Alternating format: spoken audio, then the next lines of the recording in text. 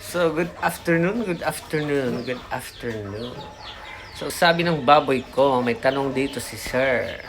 Di naman nagbabase sa timbang lods sa lahi yan at dapat 8 months na. So, tama po. 8 months is yung mga nakasanayan natin.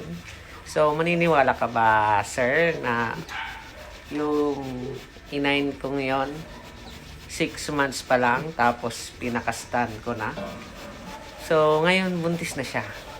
So, ang basehan po talaga is 5 months pwede na talagang gawing mama pig according to study. Pero dahil, syempre, may mga factors tayong kinukonsider. Una, yung timbang, yung edad.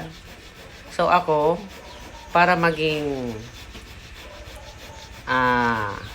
maingat ang inahin or ang first timer na mama pig is dapat talaga 8 months siya. Kumbaga, matanda. Siyempre, hindi siya magiging maingat kasi nga first timer bata pa kumbaga.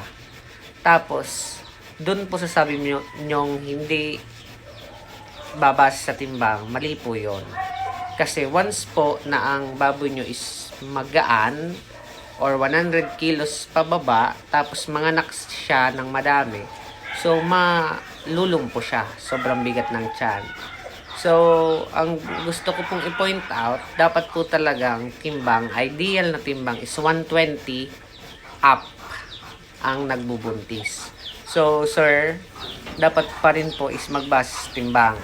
Tama ba? Oo daw. So, sana po nakatulong. And salamat.